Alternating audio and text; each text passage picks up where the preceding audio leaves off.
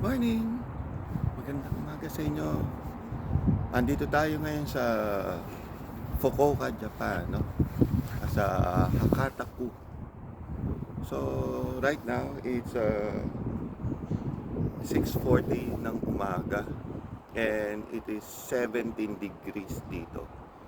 Malamig siya, so para ka naka-aircon, then at the same time, kung nakikita nyo yung buko,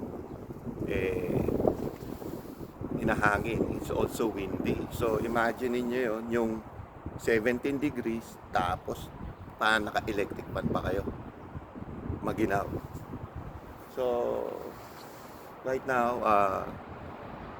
samahan nyo ako mamasyal, pero sandali lang muna siguro. No? This is my first time to do a vlog. Samahan nyo ako. And I hope you enjoy. So, yan. Ito, this is the apartment kung saan ako nag-stay sa Akata. Tapos tignan nyo. Ang tahimik ng lugar. Although siguro dahil maaga pa. Tapos at the same time, ito yung garden nila. It's nice.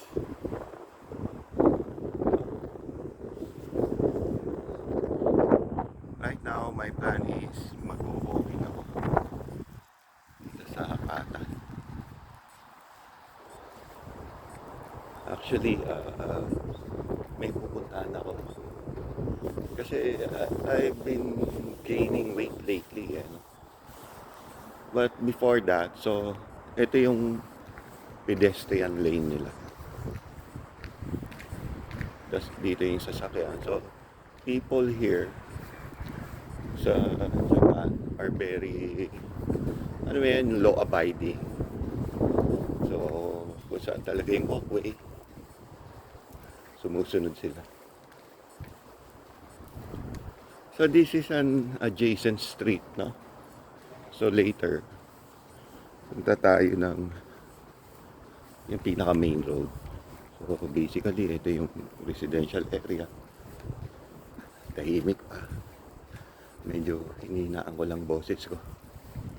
Baka magising sila. Tapos masyadong famous dito ang mga bikes. So, tingnan nyo. Puro bikes everywhere. Nice fern plant. Mukha siyang fake, pero legit yan.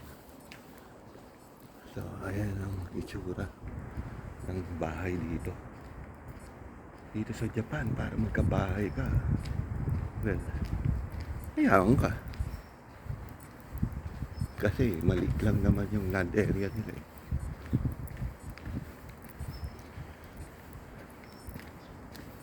So, ayan. Apartment. Tapos ito, may biker. I think he's off to work now. Tahimik, diba? Tapos malinis. Diba? Sa atin na makikita nyo dito sa mga gilid. Basura. Ano makikita nyo sa mga pader na nakasulat? Bawal umihi dito. Dito walang ganun. Walang basura. Tas mga bike. At walang bawal umihi dito. Yan, another sample ng bahay. Tapos makikita nyo doon sa Y, makikita nyo bendo machine.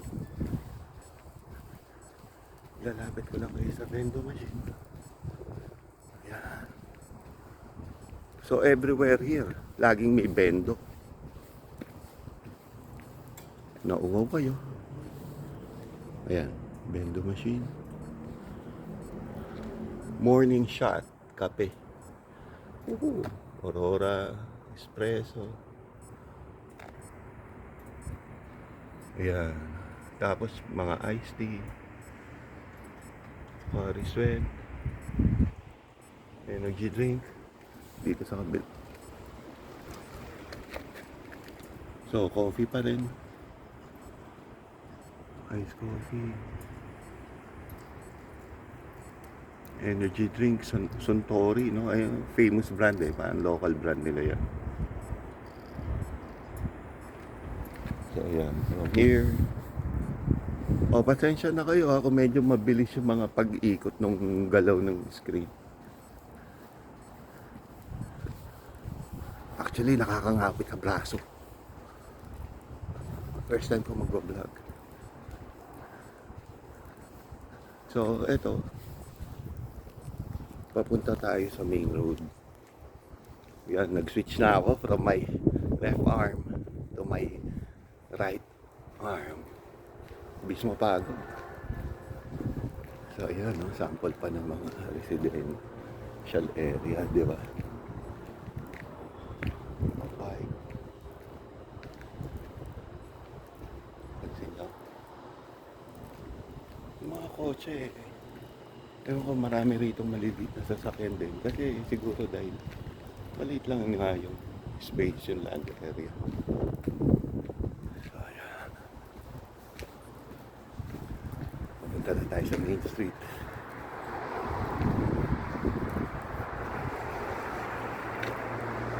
Woohoo! Sa main street tayo. Ayan, yung main street. Nakikita niyo yung lane na to. Tingin ko para sa blind to eh. Para yung guide nila doon sa stick, no? Tapos yun, may mini stop. Tapos dito sa Japan, iba-iba eh. Merong parang dito sa Hakata, ang tao yata dapat nasa right lane. No? So even tong walkway nila, itong sidewalk, it's a two-way lane. Dapat lagi ka nasa kanan. Kasi notice, yung masasalubong mo, nasa kaliwa. So may two-way sidewalk pa rin. And they, ulitin ko, law-abiding yung mga yun.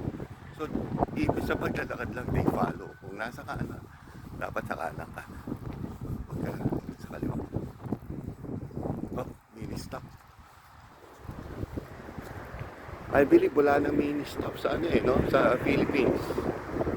Parang ibenta na nila. Uncle John's na. So, yun. Laki ng parking. Bagay yung pinaka convenience store ng mini stop. Because here, on your right side, ito yung mga bike na i-rent mo. So, para ma-rent mo yan, you have to download the app.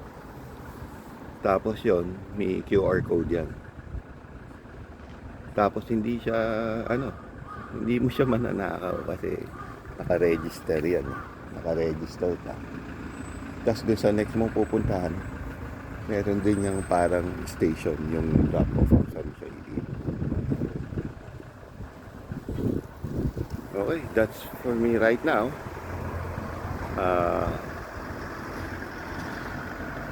Samahan niyo ulit ako later, ha?